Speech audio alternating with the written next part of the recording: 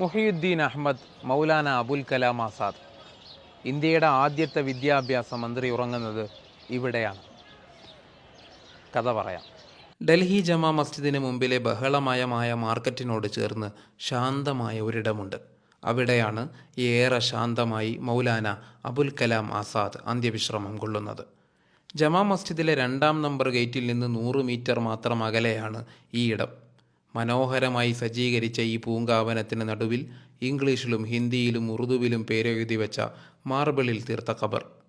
ചരിത്രപ്രസിദ്ധമായ ജമാ മസ്ജിദിനോട് ചേർന്ന് ഒരു ചരിത്ര പുരുഷൻ ഉറങ്ങുന്നു. ഇന്ത്യൻ സ്വാതന്ത്ര്യ സമര ചരിത്രത്തിലെ ശ്രദ്ധേയമായ സാന്നിധ്യമായിരുന്നു അബുൽ കലാം ആസാദ്.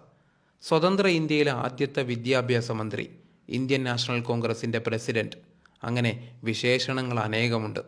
തർജുമാനുൽ ഖുർആൻ എന്ന പേരിൽ ഒരു ഖുർആൻ വിവർത്തന കൃതി കൂടിയുണ്ട് മൗലാനക്ക്. 1888 മക്കയിൽ ജനിച്ച അദ്ദേഹം 1958 തൻ്റെ 69-ാം വയസ്സിൽ ഡൽഹിയിൽ വെച്ചാണ് മരണപ്പെട്ടത്. മൗലാന അബുൽ കലാം ആസാദ് അടക്കമുള്ള ഒട്ടേറെ പേരാണ് ഇന്ത്യയെ മതേതര രാജ്യമാക്കി നിലനിർത്തുന്നതിൽ പ്രധാന പങ്കുവഹിച്ചത്.